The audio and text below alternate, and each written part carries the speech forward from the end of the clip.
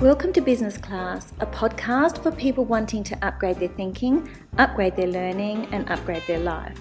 I'm your host, Helena Pantahos, founder of Business Class Collective, best-selling author, and life coach. If you're an entrepreneur, a startup, or someone who dreams of reaching their full potential, then you're in the right place. You'll feel empowered and inspired to design the life you've always wanted. Let's do this.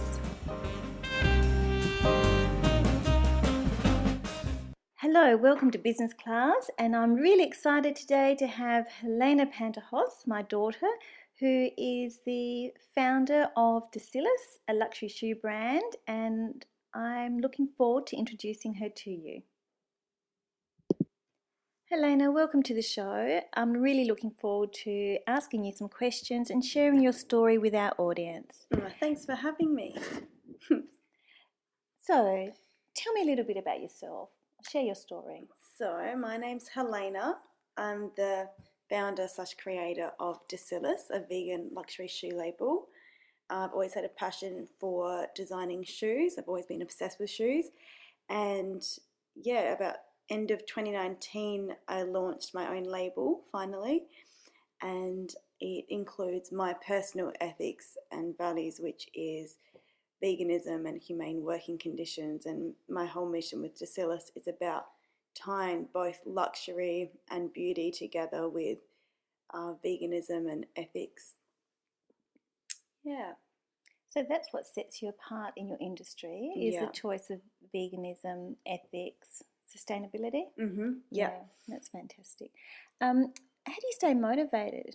Do you have any tips and tricks you can share? I think planning really helps me. So I kind of set up like a 6-month plan or a year plan and set a goal for what I want to achieve, and just work on making a plan for the week and then just carrying through the tasks. And I think keeping the bigger vision in mind is what really helps me.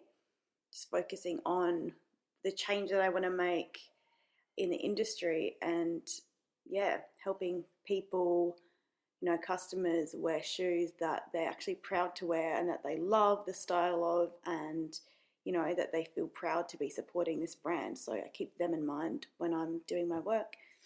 That's fantastic, Helena. So you've obviously had some highs and you've had some challenges. Can you share some of the challenges you've experienced with being a startup entrepreneur? And there's been some wonderful highs, but let's talk about some challenges so that others can learn from your experience. Yeah, I think my first real challenge was trademarking. Oh my God. That's the no-go zone. I didn't realise what I was in for, and then it took literally months, didn't it? It was months and months of searching for something that I could actually trademark. Especially because it's an online business, which means you kind of have to look at other countries, not just Australia and all of that. So that was the real first hurdle that I had, that I really struggled with. But apart from that, I think there's a lot of things to learn when it comes to mindset, like just staying motivated. As I was saying before, it took a long time to learn how to stay motivated through all the highs and lows. So I think that was another thing that I've struggled with. Just keeping the bigger vision in mind and not worrying about little bumps along the way. And another thing was being careful who to trust in the industry. So when it comes to feeling like other people know better than you, they don't always know better. So just to remember that. That's great advice. What have been some of your memorable highs? The launch was definitely such a high for me, because it's something that I'd wanted to do for so long, years of my childhood growing up, literally. But I think, probably British Vogue, that was another big high, getting an email from them to be featured in the magazine. That was amazing.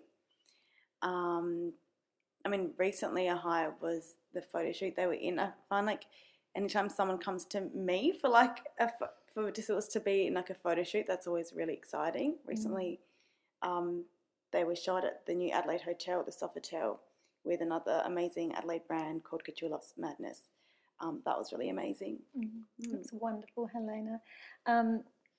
Would you like to share some of the story behind the British Vogue features? That's something you're confident in sharing? Yeah. I think our audience will love it. Yeah. So I've always been big on impersonating characters and people, and like literally, I mean, we've all done it. Like me and my sister, since we were like so young, Mum, imitating you even. Yeah. And yeah, so I somehow took on this character of, well, what happened, I met the Australian British Vogue editor, Edwina McCann, at one of the Adelaide Fashion Festivals. And I remember just like being in awe of, I wonder what her life is like and what her lifestyle is like. And I don't know why, but I kind of took on the idea of the British Vogue editor. And I kind of just started, creating just silly videos, like Snapchats and things to like friends and, most of that my sisters, of scenarios that I think she would be in. And it went as far as, they had a nanny called Donna and the little Scarlett, the daughter, and the husband was, off. It was like this whole thing, and I just used to imitate what I thought her life would be like. So I'd be sitting there going, oh, yes, I'm just on my way to do the latest photo shoot. And, I would actually include DESYLLAS in it. So I would say, oh, I'm just doing a photo shoot at the Sydney Opera House with DESYLLAS. I'm really proud to be supporting this brand. And honestly, it was just like this big joke that I had. And then one day I literally checked my email. Like, I'd never tried to contact them at all. I didn't even know who the editor was. And I had an email from someone from British Vogue asking if I was happy to have DESYLLAS featured in the magazine. So it was like the ultimate accidental manifestation story. Like, some way in that I must have actually manifested it and taken on the energy of actually being featured in British Vogue. So yeah, that was hilarious. I didn't think it was real. Remember I called you? Yes. I called Mum and I was like, I don't know if it's real, but I got an email from British Vogue. It's funny. It was hilarious. But I think the important thing here is that you actually manifested it. And it doesn't matter how you manifested it, but you actually embodied it. Mm-hmm. So it's almost like you embodied it and then it was open to being received. And the next thing you know, you get this email that you questioned at first until you realised how I remember you said, oh, I'm at the shops, I'll be home soon, we'll have a look. Yeah. Oh my God. That was hilarious. But what a wonderful, wonderful lesson there about the power of manifestation, positive thinking, and dreaming big, embodiment, embodiment, and inviting that to come to you. Yeah. Even though it's funny because it wasn't intentional that I did that, but I must have somewhere in me believed that could happen, it happened. Since I was little, I've been on my vision boards putting Vogue and runways and magazines, editorials. So I guess somewhere in me actually would have believed that was going to happen with DESYLLAS anyway. And naturally it did. Well, yeah, it just did. Yeah. Not just one issue, by the way. Yeah, 3 in a row. Yeah, fantastic. Cool. So who's your biggest inspiration? In the industry, definitely my biggest inspiration is Christian Louboutin. I know it's probably every girl would say that, but for me, it's he's so expressive in his designs, and I love that because I've always designed very much a lot of colour and embellishments and texture and things like that. So he's a real inspiration when it comes to like the design aspect. There are obviously some things I personally do differently. I don't use leather, and I do care about comfort a bit more. But yeah, as a whole, Christian Louboutin really he really excites me in that way. And like I've got one of his big books that my partner got me, and I love looking at that. When I look through that, I feel so like inspired by his whole story and just his designs and everything. Oh, that's great. So really you want to stand apart from, you want to be inspired by his influence and his use of colour and textures and fantasy in some of his shoes. And to also bring the element of the ready-to-wear for women who love to express themselves through glamour and comfort as well. Yeah, I know. So there's and the ethics. That's a big thing. Yeah. So that's your niche, and that's what you're working hard towards. Yeah. Tell me, is there a particular book that you believe has helped you in your thinking or application of ideas or mindset, perhaps? Yeah, I'm not a massive reader, as you know, but The Power of Now was something. I had a business coach last year, and she was incredible, and she kept saying, Power of Now, not everyone says it, but like it actually will really help you. And I know you had mentioned it in the past as well. Yes. Got some credit. Yeah. Sometimes you need to be ready to hear the message. Yeah. And you may not be ready when your mother suggests it. It's typical. But yeah, so I think I actually haven't even finished that. I'm not a good reader, to be honest, but that really helped me with, I guess, understanding that a lot of our thoughts are up to us, and you can be an observer of your thoughts and kind of working out how you can shift them. So I think that's actually helped me in my business, because if there are obstacles, if there's any negative talk that comes with that, I can then kind of shift it and reshape it to something else that feels better. Yes. Yeah. It's very powerful. And all we have is the now. Exactly. So the power is in the moment. So when you understand that and act upon it accordingly, you can make tremendous strides towards your journey. Definitely. So looking back, is there anything that you could have done sooner to reach the success that you've achieved now? Thought of that before. I'm not sure, because I feel like maybe I could have started the process as soon as I came, because I studied in Melbourne, so maybe I could have done it just all a bit earlier. I waited a good 6 months before I looked into actually starting my own business, because I always imagined I would work for some other designer first and then do this a bit later in life, maybe around like 30, maybe like 25, 30. So I think I kind of waited off on starting my own business because I was waiting for an opportunity for a good 6 months. Yes. So maybe there's anything, I should have just, as soon as I kind of realised there wasn't a lot, just jumped straight into it. Yes. Yeah. But then timing is everything. I know, exactly. Because you were able to travel to Milan. Yeah, exactly. Yeah, we went to Milan to go to the Mickham and Linear Pearl, which are the shoe manufacturing, shoe designing, shoe industry fair, and then Linear Pearl is the materials fair. Yes. So we went over there to find the manufacturer and do all of that process, which is amazing. But yeah, so maybe I could have started all of that earlier. What a wonderful experience that was. And to meet fellow designers, shoemakers, textile providers. Yeah, it was the first time. I mean, when I studied in Melbourne at RMIT, it was the real first time I'd been around other people that loved shoes, as much as I did. But then going to the fair, it was humongous. Oh my God, it was so big. So many people, and like being in a room of people in the shoe industry was crazy. Like so many people everywhere, and meeting different, manufacturers, wholesalers, designers. Like it was insane, but it was amazing. And I remember being like right at home. Yeah, and literally. From all over the world. Yeah. In Milan. How wonderful. Amazing.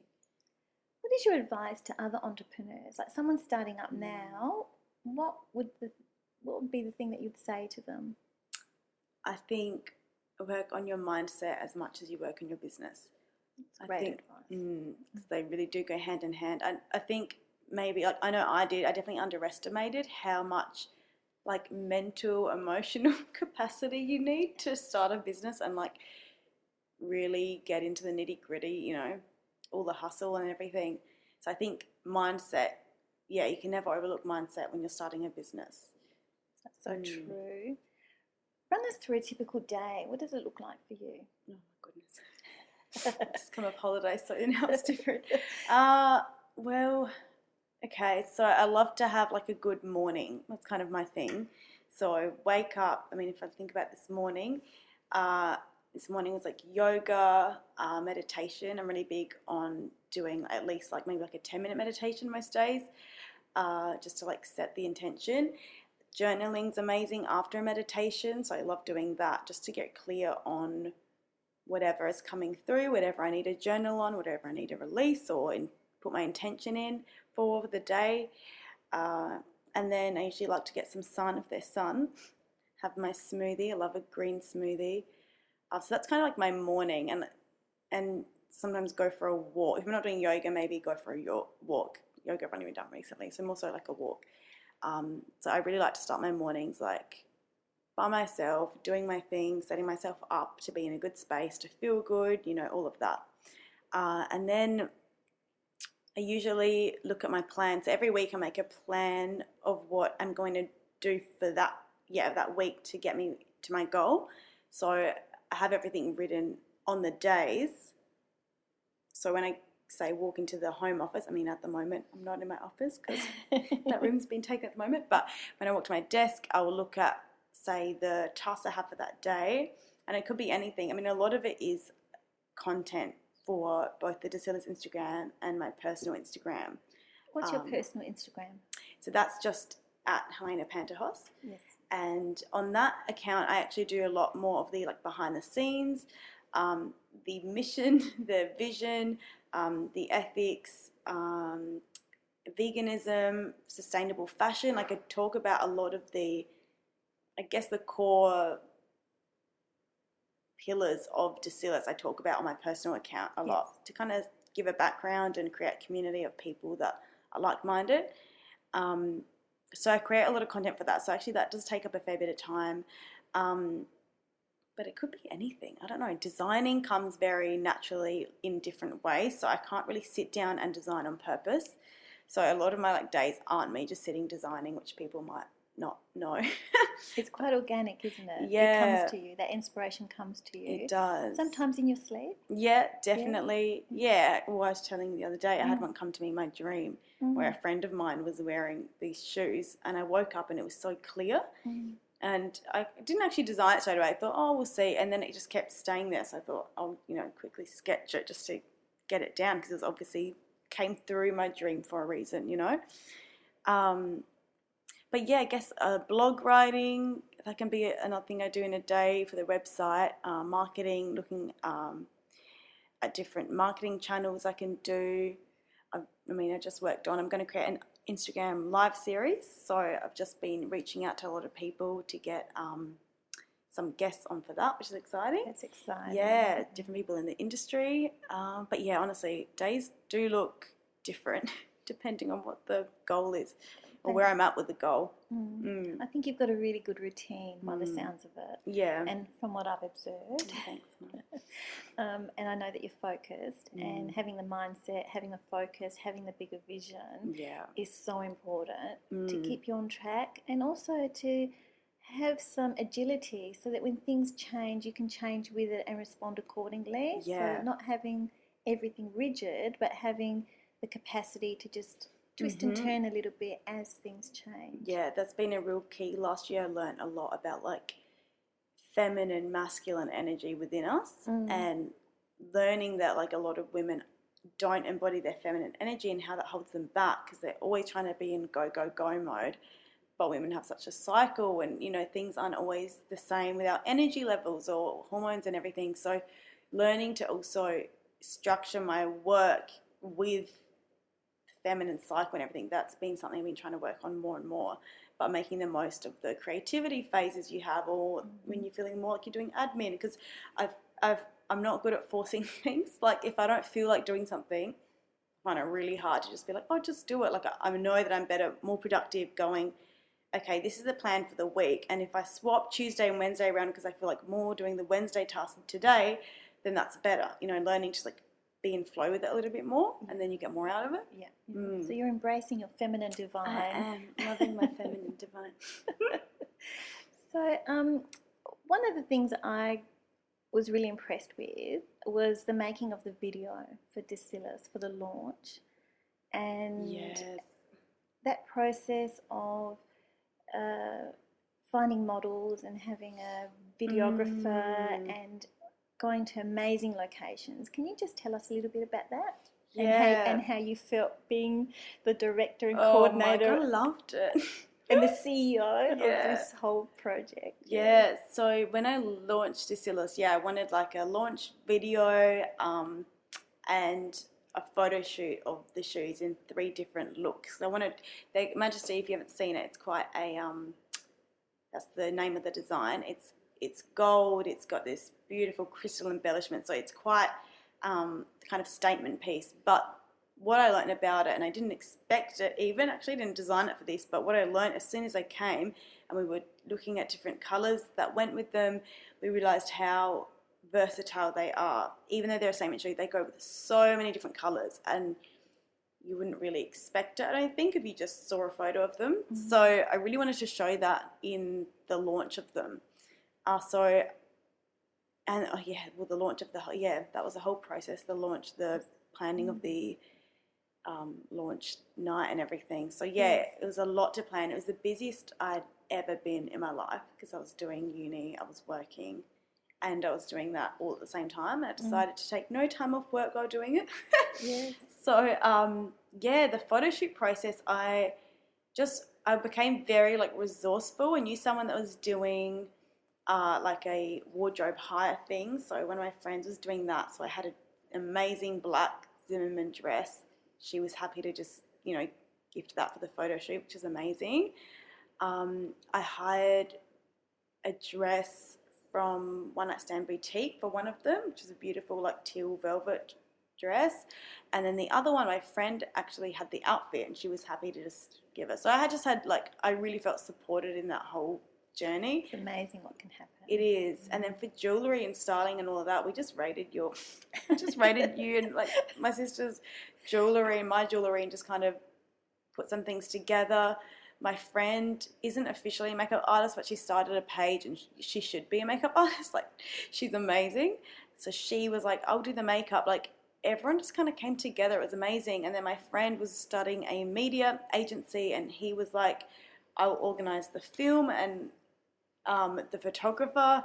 So I just had like this amazing kind of support network that literally, I guess, got me through all of that. They were amazing. Absolutely. Literally. So we planned locations, and then the models. One of them was a model that was looking for. There's like a Facebook page or something that my friend that is in the agency, the photographer, he knew about it, where they just need content to build up their portfolio. So one of the models we did that with, and then I hired the other two from, I think, Azalea or something like Azalea. I can't even remember now. But anyway, is that the name of the agency? I can't remember. Anyway, one of the Adelaide agencies hired a couple models. And, something that was really important to me with that was getting models that actually looked healthy, not unwell. So put a lot of effort in to make sure they weren't, looking very underweight. That's something I didn't want to kind of consciously support. So, we had some beautiful models. And then when it came to hair, me and my friend actually, we just did it. I know, you did an amazing job. Then we planned where we were going to do it. So we did one at the art gallery, which is amazing. And then the other one in the Botanic Gardens, and then the other one we transformed our whole back room, which was amazing. We literally transformed it. It looked beautiful. We just go. It just all happened. And it looked amazing. And the video my friend did was, it's one of those things you're like, like my friend gets it, like, it'll be good. And then I remember I played it and I had goosebumps. I think we all did. It was like 5 minutes long. And I think we literally rewatched it like at least 3 times the first time. Yes. And like sometimes I would just watch it, like it would like be on my laptop. I'd be like, oh my God, that video, like he just did an amazing job. He captured the brand, he captured the essence, he captured your vision, everything. And I think it was beautiful. It was beautiful, and it was absolutely priceless how everyone came together. I know. And you all supported one another through that, and it was so wonderful and professional. It was. Everyone was like professional, hat on, like working hat on. Let's go, like. Yeah, there wasn't like a minute wasted. Everyone was like, go. Like it wasn't even, it was still at a very professional level. But a lot of fun though. And also nice to have people around me that understood how much it meant to me. Well, they've been on the journey since you were young and they know how passionate you are. So it was also special for them to be part of that journey. Yeah, well, that's how they, that's how they said they felt. Even the models, all of them are getting their makeup done being like, oh my God, I feel so like I feel so amazing to be here, to be part of this. Like, they like saw the wonderful. shoes and they like would hear about the story. They're like, oh my God, I feel so seriously like well done. Like, you know, we're all still friends on Instagram, which is funny as well. Yeah, that's amazing. Yeah. So what I wanted to do was ask you 22 questions. Mm-hmm. Okay, so it's 2022, so we're asking okay. 22 questions. Here we go. And it really is just like one-word answers. Oh my God. Okay, I'm you ready? I'm not You've ready, got but this. okay. You've got this. Mindset here. Are you ready? Okay. Yes. What makes you smile? Luna, my cat. How did you start your day? Yoga. Favorite cuisine? Thai. If you could travel anywhere in the world, where would it be? Italy. Texter or caller or other? What? Do you text or call? Oh. Sorry. Cool. Call. Do you play an instrument or do you sing? Yeah, all of them. All of them. What movie would you recommend? The Holiday. Mm-hmm. Do you have a favourite song or artist? Taylor Swift, obviously. Of course. What's your favourite city and why? Milan, because it put a spark in my soul. Oh, gorgeous. White wine, red wine or champagne? Red wine. What's your secret pleasure? It's a hard question. I don't know. Okay, we'll skip that one. If you're a hashtag, what would it be? Queen. Capricorn Queen. Capricorn Queen. Do you have an exercise routine and what is it? No, but at the moment, KX. Okay, But I explain. change all the time. Yeah. Gold or silver? Or both. Oh, Gold. I say gold. If you could have a catch up with anyone, who would it be? Christian Louboutin. What's your favourite meal? Breakfast, lunch or dinner or all of the above? Definitely all of the above. Maybe dinner. What inspires you? Nature. What's your favourite time of day? God. I think it was morning. 9 a.m. I'm going to say 9 a.m. 9 a.m. Yeah. What was the best holiday you've had? Italy, when we went to the shoe trip. Sweet or savoury? Oh, both. Wait, savoury. Yeah. Is there a cause you're passionate about? Veganism. Thank you, Helena. Oh, it's that been was quick. wonderful having you join us today. Yeah, it's been fun. And I wish you every success. Thank you. And do you have a last message for our audience? If there's anything, just if you are a startup or, you know, in business, just, work on your mindset. Keep your vision clear. Keep going. It's not meant to be, you know, an easy road. But, yeah, it'd be worth it for all of us when we, are living out our big vision. That's wonderful advice, Helena. Thank you for joining me today. And Thank you. It's been fun. Bye. Bye. You've been listening to Business Class presented by Helena Pantahos, founder of Business Class Collective. If you haven't yet, go to Apple Podcast, subscribe, rate and review this podcast. Share the love and let your family and friends know too. You can follow Business Class Collective on Instagram and Facebook. Join me next time.